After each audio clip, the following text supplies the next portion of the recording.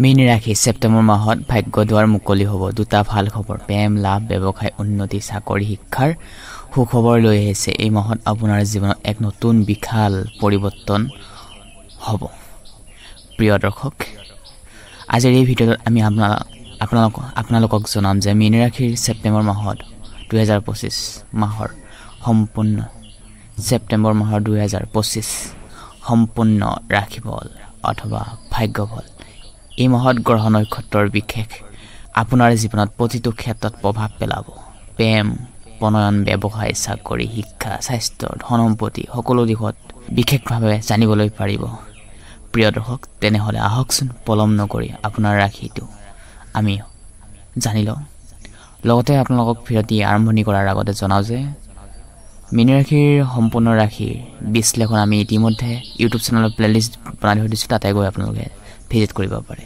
লাভ ৰিলেশ্যনশ্বিপত শুক্ৰ গ্ৰহটো বহুতেই ভাল, বা দ্বিতীয় সপ্তাহৰ পাছত শুক্ৰ গ্ৰহটো আঁতৰি যাব। লাভ ৰিলেশ্যনশ্বিপৰ ছেপ্টেম্বৰ মাহটোত 2025 15 তাৰিখৰ পাছত ছেপ্টেম্বৰৰ 15 তাৰিখৰ পাছত ক্ষতি দেখাও গৈছে। কিছু ক্ষেত্ৰত ইগ' এটিটিউডৰ বাবে এৰি যাব পাৰে আপোনাৰ লাইফ পাৰ্টনাৰ। সেয়েহে ছেপ্টেম্বৰ মাহত সময়ছোৱাত ফুৰা ফুৰি এইবোৰত ভাল দেখা গৈছে, কিন্তু তৰ্ক বিতৰ্কৰ পৰা আঁতৰি থাকিব লাগিব। ইগ' পাৰ্চনবোৰ আপোনাৰ ইগ'বোৰ আঁতৰাব লাগিব, কাৰণ খঙে মানুহক ধ্বংস কৰে। খংবোৰ আঁতৰাই নিজৰ পাৰ্টনাৰৰ লগত ভাল ধৰণে লেনদেন কৰি চলিব লাগিব। আৰু যিসকলে বিবাহিত আছে তেওঁলোকৰ ফালৰ পৰা বহুতেই ছাপোৰ্ট পোৱা দেখা পোৱা যাব পাৰে। ফুৰাৰ ক্ষেত্ৰতো বহুতেই ভাল, ফেমিলিৰ পৰাও ছাপোৰ্ট পাব, মৰম চেনেহ পাব। কিন্তু দুখটো থাকিবই, দুখ সুখটোৱে জীৱন হৈছে মানুহৰ লগৰী। প্ৰিয় দৰ্শক, বিশেষকৈ ছেপ্টেম্বৰ মাহটোত লাভ ৰিলেশ্যনশ্বিপ ভাল ধৰণে মেইনটেইন কৰিব লাগিব। এটা ৰিলেশ্যনশ্বিপত থাৰ্ড পাৰ্চন সোমালে এটা ৰিলেশ্যনশ্বিপ ধ্বংস হৈ যায়। সেয়েহে থাৰ্ড পাৰ্চন কেতিয়াও সোমাবলৈ নিদিব।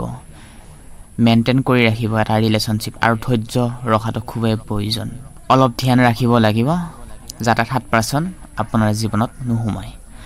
বাকীৰ ক্ষেত্ৰত ভালে দেখা পোৱা গৈছে। এইবাৰ আমি জানো আহকচোন প্ৰিয় দৰ্শক, শিক্ষা ক্ষেত্ৰত বহুতো ভাল।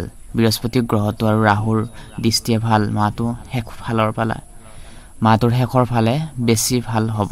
যিমান কষ্ট কৰিব সিমান পাব আপোনাৰ ফল। সেয়েহে কষ্ট কৰি যাক, ফলৰ আশা নকৰিব। পঢ়া শুনাৰ ক্ষেত্ৰত আপোনাৰ ভালেই দেখা গৈছে। মেমৰি পাৱাৰ যথেষ্ট ভাল দেখা গৈছে। কৰ্মক্ষেত্ৰত যথেষ্ট ভাল। টিচাৰ, বেংকিং লাইনত চাকৰিৰ বাবে সুযোগ সুবিধা আহিব পাৰে।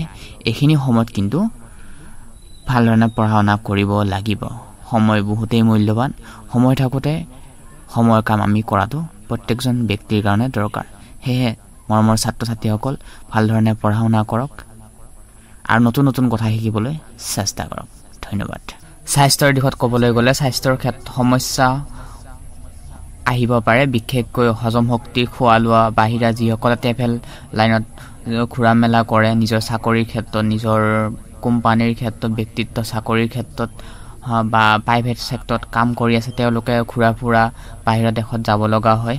তাৰ ক্ষেত্ৰত স্বাস্থ্য অলপ দুৰ্বল দেখা পোৱা গৈছে। মাহটোৰ 14 তাৰিখৰ পাছত অধিক চিন্তা আৰু মানসিক চাপ এৰিব লাগিব। বেছিকৈ চিন্তা নকৰিব। চিন্তা দুই প্ৰকাৰ থাকে, এটা ভাল চিন্তা, এটা বেয়া চিন্তা। সেয়েহে সদায় ভাল চিন্তা, উচ্চ চিন্তা লৈ আগবাঢ়ি যাবলৈ চেষ্টা কৰক। বিশেষকৈ শনিবাৰে শনি মন্দিৰ যাওক। ধন সম্পত্তিৰ ক্ষেত্ৰত ধনৰ ক্ষেত্ৰত সফল হ'ব। আপুনি আচৰিতভাৱে সফল হ'বলৈ পাৰিব। 4, 12 আৰু ছেপ্টেম্বৰ পাছত আপোনাৰ বাবে বিশেষ শুভ দিন হ'ব পাৰে।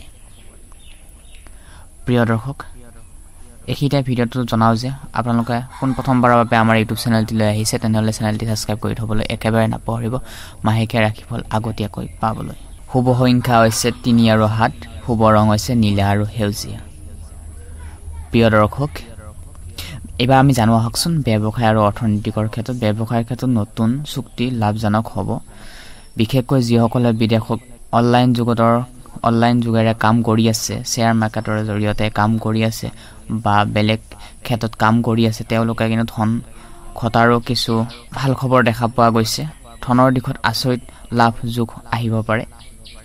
কোনো বন্ধুৰ পৰা সহায় সহযোগিতা পাব বিজনেছৰ ক্ষেত্ৰত পৰামৰ্শ লৈ নিজৰ বিজনেছ বহল কৰিবলৈ চেষ্টা কৰিব লাগিব ফাইনান্সিয়েল প্ৰবলেমটো থাকিবই কিন্তু প্ৰবলেমবোৰ আমি প্ৰবলেম খুজে প্ৰবলেম থাকিবই প্ৰবলেমবোৰ আমি প্ৰবলেম বুলি নাভাবি আগবাঢ়ি যাবলৈ চেষ্টা কৰিব লাগিব লগতে প্ৰিয়দৰ্শক নতুন ব্যৱসায় আৰম্ভণি কৰাৰ আগত নিজৰ ফেমিলিৰ লগত শ্বেয়াৰ কৰি লোৱাটো খুবেই ভাল অত্যন্ত ভাল হ'ব তেনেহ'লে বাকীৰ ক্ষেত্ৰত ভালে ব্যৱসায়ৰ ক্ষেত্ৰত যিসকলে প্ৰাইভেট ব্যৱসায় কৰি আছে দোকান বিজনেছ কৰি আছে তেওঁলোকৰ ফালৰ পৰা ব্যয় দেখা গৈছে যিমানখিনি আয় হ'ব সিমানখিনি মাধ্যমৰ খৰচ হোৱাৰো চান্স পোৱা দেখা পোৱা গৈছে শিক্ষাৰ ক্ষেত্ৰত কৈছে ছাত্ৰ ছাত্ৰীসকলৰ এই মাহত অধ্যয়ন কৰাটো খুবেই অত্যন্ত জৰুৰী বিশেষ পৰামৰ্শ লওক নিজৰ গুৰুৰ পৰা কাৰণ গুৰু অবিহনে আমাৰ ছাত্ৰৰ জীৱনটো আগবাঢ়ি যোৱাটো খুবেই কঠিন হয় সেইকাৰণে প্ৰত্যেকজন ব্যক্তিৰ আমাৰ গুৰু দৰকাৰ ধন সম্পত্তিৰ ক্ষেত্ৰত ধনৰ ক্ষেত্ৰত